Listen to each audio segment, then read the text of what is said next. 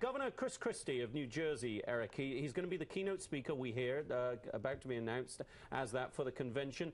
Good pick for the Republicans? Well, I think he's a great pick for that leadoff speaker spot. And I think that his political future will be very bright from a very great speech that I bet that he gives, much like Obama did before anybody ever heard of them. I think it was a perfect pick for a speech. I mean, Christie himself has said, and said time and time again that, even when he was, named as a possible vice presidential candidate, that's not really for him, and that isn't his personality. But great leadoff speaker, good pick. Brad? I think Christie is going to fire people up. He speaks loudly and carries a real big stick, and I think he's going to beat up on not only the president and show his weaknesses, but he's also going to be hopeful about the future of America. And nobody's ever left a Christie speech going, I wonder what the governor really meant. Yes, that's for sure. But that's a double-edged sword, too. It is.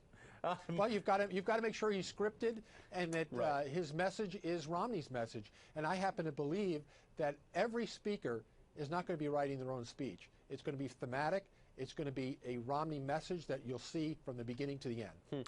Eric? Yeah, no, I agree with that again, because it's the way that Romney has run this entire race, which I thought was, incredible from, beginning to now. And I mean, we all forget what was going on for such a long period of time, where there was one other every week. There was a new, contender, with him, and he stood the test of time. He ran his campaign perfectly, and I expect that he'll continue to do that. And I think that your observation about no daylight in between any of the candidates, in between not just the president, the vice president, but anybody else, is very, very important.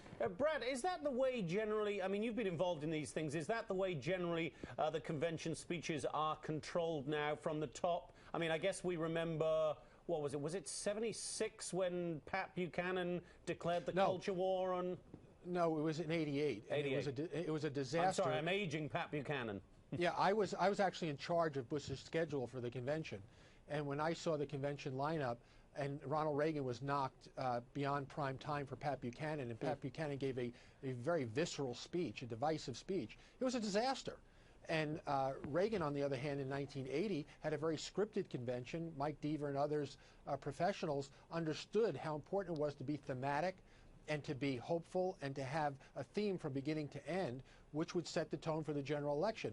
We've got to do that again. I think this Romney team understands how important it is when you have the attention of America to be thematic and be clear and have speakers who can best deliver a message. Yeah, and presumably the same for the Democratic convention, Eric, tightly scripted, tightly controlled. Yes, and they've got 4 years of experience trying to control the message and make sure that it's all the same. And you get those message points throughout the day if you're somebody who speaks, on behalf of the party. But that issue, which I think will be a really good issue to watch this week on Medicare, is there, just between a president and a vice president, can we close up the daylight there and have an actual plan from the two of them instead of, leaving any sort of difference of opinion or question marks? I think it's going to be very indicative going forward. All right.